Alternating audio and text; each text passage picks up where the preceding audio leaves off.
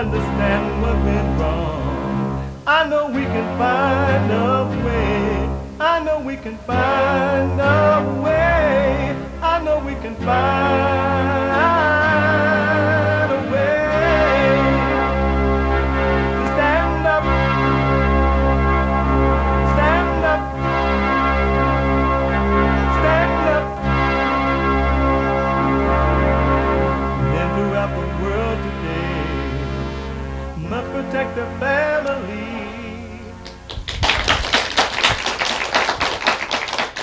Welcome to the Jesse Peterson Show. This is a part 2 series of entrepreneurship. First, I want to say that my name is Jesse Peterson. I'm the president of Bond, the Brotherhood Organization of a New Destiny. And the purpose of Bond is to rebuild the black community by rebuilding the black man. We realize that unless the black man change, the black people can hang it up. We will destroy ourselves. We deal with every aspect of the black man, every aspect. So today we're dealing with entrepreneurship. And in case you missed last week's show, because this is part 2, call the station or call my office and we will replay it. Again, my phone number is 213-759-3844. Just call me. My first guest is Marvin Laurie. He's the president of a coalition of minority building fund. Malcolm Jones, Tradition of California, and Isaac Gordon, a business consultant. I want to talk about commitment, but during the last break, it was brought up that we should talk about how do you start a business. So let's talk about that for a minute. And Malcolm, since you brought it up, how do you start a business? Having the desire. Having the desire to, I saw business as, well, I never worked for anyone. I've went straight from mowing lawns to handyman to construction, now general contractor. Yeah. But you know, Malcolm, I just want to stop you there. I like your story. I want you to know that. I always talk about it, even when I go out and speak to other people. Because there's a notion that you must be educated, you must have a lot of money, you must be a certain kind of person, to start a business. And I think that your story is really good. So just don't just run through it. Tell us a little bit more about how you got started, how you built your first house or your first building. How did that take place? Do you remember the story? I think so. Okay, go ahead. Yeah. Well, I've always liked to work, and someone saw me when I was mowing lawns. They needed a handyman to do some things. How old were you at that time? About 17. Okay. And I did some repairs around their house, and they had a dilapidated garage in the back, and I asked them about it, and they asked could I rebuild the garage. I told them sure. I have never done it before, but I knew I could, so I just took on the task and I got a book on it, how to frame a wall and what were the necessary tools, and I just went on to work. And from that? From that, I went to room additions. And from room additions, remodels, and custom homes. And so the point that I want to make is that you can do it if you are willing to do it, if you just step out and start doing it. Is that right? Yes. Okay. If you just, well, first of all, when you start a business, you should have something in mind that you like to do, because it's going to be hard. It's going to be times when the work is not going like you want to. The people are just frustrating to deal with, and if you have a love for your work, you'll just naturally have a motivation to keep going. Marvin, you're a business consultant as well, right? Give us some more ideas of how to start a business. Well, my situation is very unique, because what I did was I went from the corporate structure, so it was a very structured atmosphere. Okay. When I left that atmosphere, I took the same thing to my business. And I looked at California because I was raised here. I was born in Texas, but I was raised here. And I knew that there was no way that a 20-year-old was going to break into the market that I wanted to break into. And at the time, the Sun Belt, Arizona, New Mexico, Texas, Louisiana, was very popular. And you could buy property there a lot cheaper. And I just moved my parents home. So I had a base to go to. I just went back home, and my father had just sold he had just retired as a young man. He was 43 or 44 years old with 20 years on the job, which is not unlikely for a black man because he left the Navy and went right into the corporate structure also, and put 20 years in, and then said he wanted to own his own business. So he took money with him, and I was able to tap into that source. Okay. My story is similar to his, and I found a house that I could build, and had never built one before, and everyone thought I was crazy, and they'd walk down the street and laugh at me. And, you know, when the house was finished and I owned it free and clear, I told my father, I said, well, look, I'm going to go borrow against it now. Right. He didn't know nothing I was talking about, but I just took my corporate life to that, and I knew you could get money on a house that you owed nothing on. Right. He didn't. So I went to the bank and in my jeans, and I said, look, I need this, and what are you going to do with it? I'm going to start a business, and they gave it to me. You know, and I went from there. That's so. good. You know, I'm thinking of the man or woman that right now they're working on someone else's job, or or maybe they don't even have a job. They may be on the welfare or something like that, and they want to start a business. They want to get away from this mode that they're in right now. What should they do, Isaac? They got to find what they want to do. They got to find a product or a service they want to provide. And But let me say basically, this. Let me just stop right there. The average person don't know what they want to do. They're frustrated right now. I don't know what I want to do. I don't know what my gift is. I can't find my way. And I'm tired of going to work, and I'm tired of the welfare check. They cannot find out what they want to do. Well, you really don't want to go into business if you don't know what you want to do. Exactly. Because no matter how determined you are with the business, if you don't know what you want to do, I really can't tell you what to do. What you got to do is find something you like doing, or find something that you've seen other people doing that you might be interested in. And then you've got to sort of go that way. And, you know, before you start a business, you want to make sure that's something you want to do for the next 30, 40 years. I mean, How do you find something that you like to do? When I started janitorial service, I absolutely did not like doing no janitorial work. I just didn't like it at all. But I wanted to break out of this mold that I was in. I wanted to do something. And so sometimes your business is sculptured in midstream. You know, sometimes you just jump out there, especially a person on a situation like welfare, where they're getting money coming in and they just want to start baking cookies or whatever it is. They just go out and do it, and they knock on some doors and see if they'll carry their cookies, and some other doors may once they do that, some other doors will be opened up to them. They may have to adjust their business. They may see that they like doing something else better. But if you don't get started with something, you can always sit there and just calculate in your mind what I'm going to do and how must I do it, and you never get anything done because you just don't make the first step. when a person is lost as far as knowing what to do, what is wrong with that person? Is something wrong with that person? Nothing wrong with that person. That person's like all of us were at one time. You're just uncertain about what it is you want to do or how you want to go about getting it done, so it's hard to get started. It's not that people don't want to start. They're just trying to figure out, well, what do I need to do to get started? That's the hardest part of a business is, what do I need to do to get started?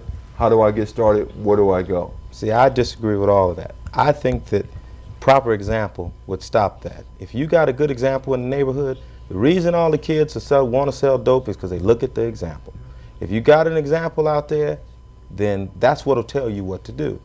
We lost all of that when we integrated. There were no more there were very few mom and pop things that could withstand that type of influx. I mean, once there was integration, then it allowed them into, I mean, you could always hear about, the black-owned cleaners and markets and the rest. There may be one or two left, I agree with that. During the 20s and 30s, right. you're right. We I mean, had more businesses it was then. thriving because our neighborhoods were like, we fought the Koreans and the Japanese, but if you go down Olympic Boulevard, they'll tell you the example's what's making them do what they do. So that's why they're successful, not because they're smarter than us or none of that, because I would put a lot of black students up against any of them, and you give them the same benefits, nutrition, and the same types of teachers, they would come out equally because God created us that way. If the interest is there. How did integration interfere with that? How did integration mess us up? Well, integration gave us superstars who aren't going to do anything. It's very uncommon for a man with Mr. Gordon's educational background to come back into the community. I talked to a lot of Mr. Gordons, but he's the only one that rallied with me. They just, once they got it, it's just hard to come in and look at the the destruction that's going on, the destruction of the people, and it's hard for me to look at, but I excuse it. Let me ask this: if we had good fathers, and bond is about rebuilding the man, the father. If we had a father in the home that was doing these things, would it be different? Would it be easier for just we think wouldn't about have to the have? statement you just made. If we had good fathers, Yeah. well, isn't welfare set up so that there's no father in the house? Okay, but I want to make that point because I asked earlier, what is wrong with us that we can't see how to start a business? Right. So Well, now I want to go we back. don't want to get into Does the that play conspiracy theory, but does it that is a play a role? conspiracy. It was something that was set up to say that if we're going to pay the mother, there can't be a father there. If the father, and once the father's broken down and he leaves the house, there is no house. No matter how much the woman props it up, and she did a great job or the best job she could do, she's not made for that job. Yeah. There must be two to make this team work. And because the father fell, could that be the reason that we can't Exactly. see As we far as can't I'm- see how to start a business? Yes. Yes. Okay. Because now you don't have examples. All right. You know, we can talk about, if you have an example, it's easier for you to look at those examples and say, now which one of these do I like? Which one do I do best? All of us can't be construction workers. All of us can't be doctors. But if you got a doctor, you can show them, or you have a construction worker or whatever, you can show them, you're closer to getting a success out of it than a non-success. But if you have nobody but someone who makes a lot of money and he's doing it all illegally, we wonder why they want to do that. Why is that their mentor? That's because that's all they see. They don't see me. They don't see Mr. Gordon. They see more of us. But usually when I'm seen, I'm moving from trying to just keep these bills paid from the conspiracy that I've got trapped into too, which is a 10-year conspiracy. Let me ask Isaac, what made you come back within the black community and be that example? I don't think I ever left. I don't think I came back. I think I've always been here. I grew up in Florida. I grew up in a little city, and most of you guys are probably familiar with it. It had the riots prior to the LA riots, the riots in Liberty City. That's the area I'm from, Yeah, I basically remember Liberty City. And like I said, Yeah, I my remember dad. seeing you running in and out. No, I'm joking. I had the big TV. I had the widescreen. That was me. No, I was thinking large. But anyway, the reality is, like I said, my dad owned a grocery, quote unquote, grocery liquor store in Liberty City. So I watched my dad, run a liquor store, grocery store. And, I watched my mom. She worked in the store, but my dad pretty much, he ran a lot of the business operations. He had a trucking company. He ran on the side. And he also had a construction company. And so just watching him, I thought that everybody just worked in the neighborhood. That was what everybody did. I never realized that people wanted to go work for other people their whole life. So the reality is that just watching him, I just wanted to do what he was doing because he had fun doing it, and I thought it was a lot of fun. Really? Isaac, I find that a lot of black people, not all, but a lot don't want to come back because if they come back within the community with their business, they're going to be ripped off, they're going to be robbed, they're going to be, how black folk come in your store, they want credit. They don't treat you right. So a lot of black people don't come back for that reason. Do you find that to be the case? No, I don't find that to be the case. I mean, some of my clients, I guess personally say I have some of the larger clients in the black neighborhood as far as they live black in the entrepreneurs. They live in the black community? A lot of them live in the black community as well. But the biggest problem, I think, is that a lot of black professionals don't feel like their services are valued in the community. That is, for example, let's say, looking back, a lot of blacks don't want to pay other blacks what they might pay. Like, for example, I'm a CPA. If I tell them it's $100 an hour, there's a problem with that. Absolutely. But they'll go find somebody else, and $100 is no problem, and they'll brag about how they pay $100. That's right. And so a lot of black professionals feel like, we're being criticized in the community, but yet we're being asked to come into the community. So the reality is, I do a lot of stuff in the community. I don't charge people because I feel like if you can't pay me what I'm worth, just don't pay me. And you do it free? A lot of stuff I do it with intentions, let's say. Really? That is it. And so I need to hire you then with intention. You can hire me with intentions, but your intentions must be favorable to me. That's the reality of business. That is that, in business you find real quick that if somebody tells you get something free, it's not free. You're going to pay for it some way or another, and that's the reality of business. Malcolm, do you find that black people don't want to pay for the service? They just like Isaac was saying, they want to pay. I don't know if they want to pay enough, but they don't want to pay as much. Right. Yeah, why is that? especially when I got started. I was 10 years ago, a lot younger than I am now, and coming in, being a young baby face and black, I just looked like you still had that young baby face and black. And it just looked like, oh great, I'll do a good good job, but not willing to pay the dollar. I remember in one case, there was a job I was doing. It was a plumbing job, and I charged the lady when I first getting started.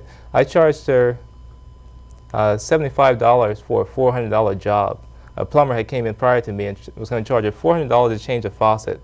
He was going to bust a big hole in the wall in her tile and take out the faucet. I figured out a way to take out the faucet without destroying the tile, put the faucet back in. I spent a half a day, charged her $75, and they thought it was too much. Wow. So Why is that? Why? Because it's true. That is so true.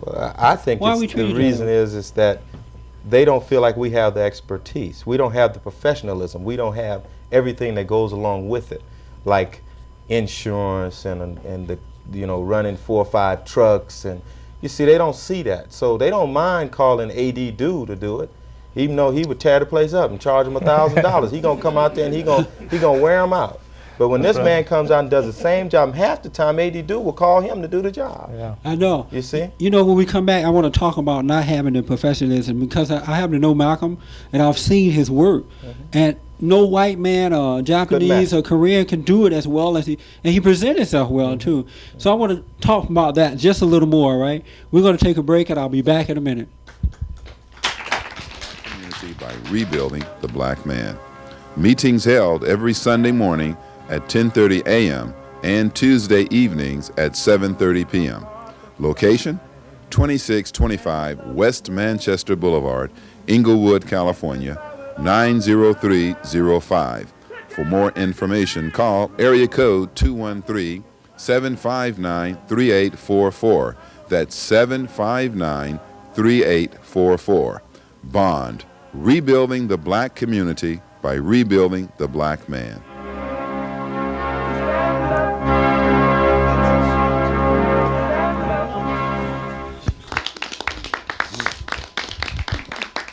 Welcome back to the show. Before I went on break, I want to understand, why do blacks expect a lot for nothing from other black businessmen?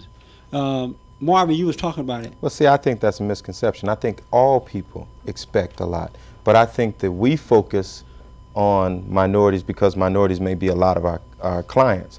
My clients don't happen to all be minority, and believe me, some of the non-minority ones eat me up worse than the minority ones. The minority ones are hard to deal with when on the level of how they look at me. What am I to them? You see, they just don't, I don't seem to fit the bill of whatever their perception is. Let me say something. One thing I know for sure, there is this notion that black people don't want to pay blacks the same as they would pay a white. They really do want more from you for nothing, for less, than they would a white. They'll go to a white and pay them a little more freelier or happier than they would you. Yeah. That's a fact, man. I think it's a fact. But I just we need to think that understand there's why more is to that. it than just that. I think know, and I that want to understand we why. look at each other. It's just like that old thing they used to do with the giving the baby the black doll and the white doll. What do we think's beautiful? It's the same analogy. What do we think is legitimate? Just because he's a general contractor and he's got a license, he's got a license, he's non-minority, he's minority, they just look at them differently. They feel like they're legitimate and we're illegitimate. We have the same criteria. Everything is the same. Sorry, go ahead. No, it's part of it. They don't expect us to do a better job. No. I think the root of it comes back to the marketing that's been done on us, how we've been integrated and how we I make. just say yes to that. I saw you shake your head.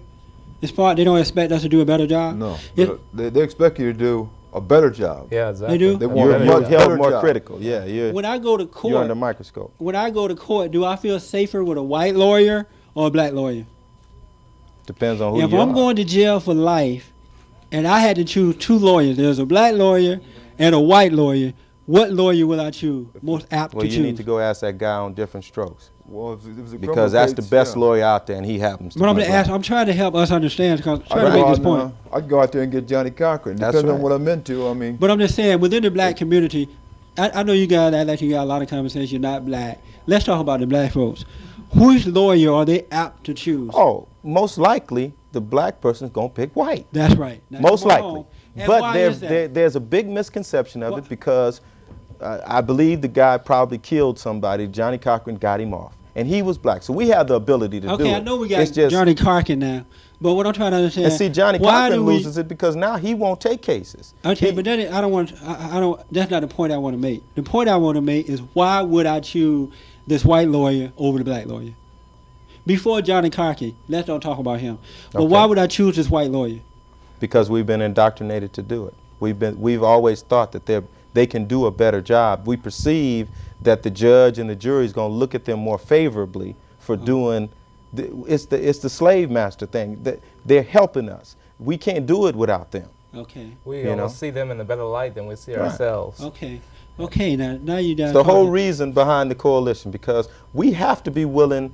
Forget about bringing them down there to open a business. Bring them down there to just pass on what they know. If This we guy- can do that and we can teach each other, then we're going to have better people coming out of that. Our children will feel prouder, and they won't go out.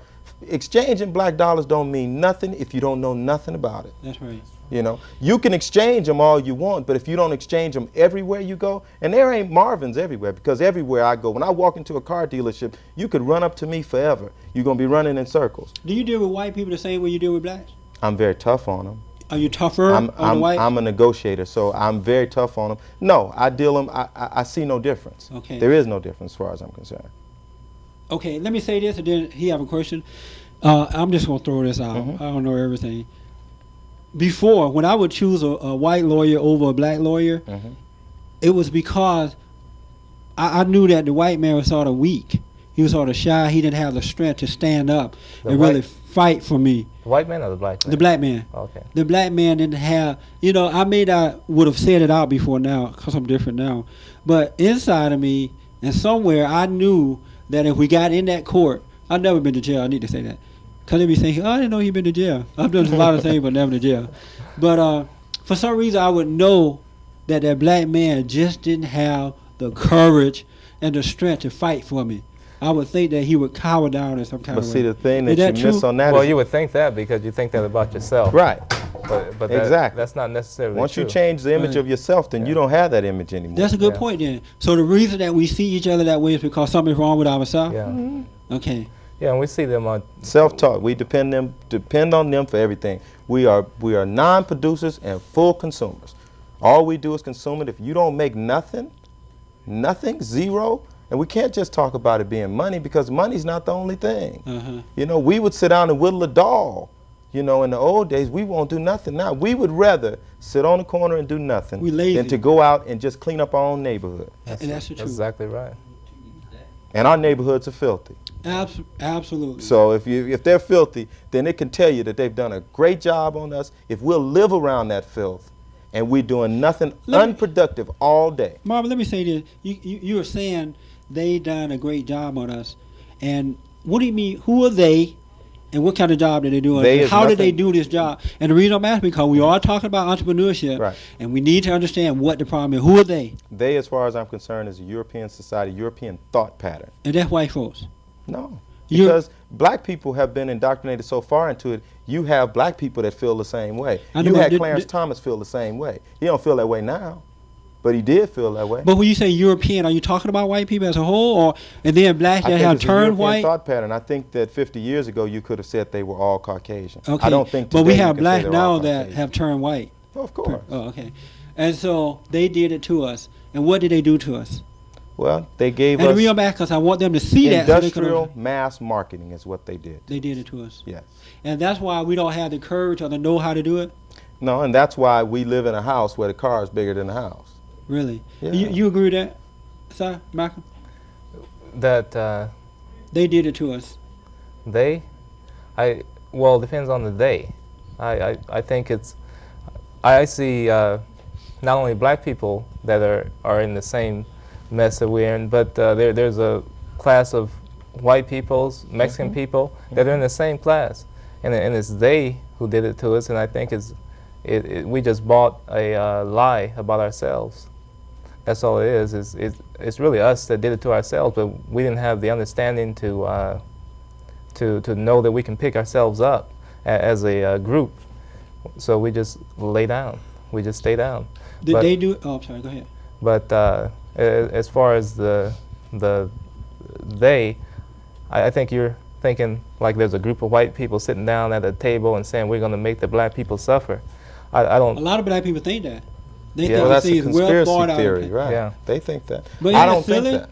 Oh, you think that's silly, right? I think that there's not a conspiracy. I Yeah. think that there was something that they felt there was only one way that someone had to be on top. They were going to make sure that they were always at the top. And they will, and we talk about them doing it to some Mexicans, some whites. In every war, you got to sacrifice some. You know, I mean, they talked about Desert Storm. How much friendly fire did we get? You know, I want to talk about Clarence Thomas for a minute, because I don't understand why you made that statement about him, and because I love him so much, I have to respect him. I love him so much, I too, have to but feel I for think him. he had to meet the devil. He met the devil when he met Anita. That's right. Now you're getting my understanding. Oh, okay, and he stood the test. Yes, he stood the test. All But he right. had to come back to what reality was. He had left. Once you're chauffeured around so long, you don't understand how it is to live down in the community no more. So that's why he felt that affirmative action or none of that was needed never again. That's not true. You think you that's need a needed? little of it, and the rest is self-help. But you got it. There are racists out there, and you better protect yourself against them. And some laws just have to do it for you. Black people are racist too, You better believe that because racist black too. people hold each other back more than the white person does. Well, I would rather be stopped by a white police than a black police. I'm not talking about the police. Well, I'm just giving I mean, you an in the example. business. An example is, if you gonna stop me and you gonna beat the crap out of me, the black one's gonna show for his buddies. He gonna show so he can go into the police station with his chest out. But a you black see, person instead of that- saying, "Look what I'm doing to my brother." But a black person that's trying to stop you in business, I mean, I wouldn't want to be stopped by that either. Right? Doesn't They're matter not what gonna the color is. patronize you. Exactly. That's same difference. I could have gave that example too. Are we winding up? God, I can't believe that. We still didn't get to your question. Will you be cool for a minute till we come back? Yes. We're going to do a part 3 series, all right? And I'll take your question. I appreciate your patience. And I know you come a long ways today. But is there one thought you want to leave real quick, anybody, about starting a business? How about your phone number, Isaac? Give us your phone number real quick. My phone number is area code 310-470-1944 or 213-292-4530. You know, we're going to do another part. We're out of time already. I can't believe, because there's so many things I want to know now. We're out of time. We have an entrepreneur program the last Sunday of every month from 3 to 5 at the Bonds office located in Inglewood. It's a simple way of starting your own business. You don't have to have a lot of money. You don't have to be educated. Just come out. My phone number is 213-759-3844. And for the rest of the men that are on the panel, we have their number at the office in case you miss it today. Tune in next Monday. Thank you guys for coming.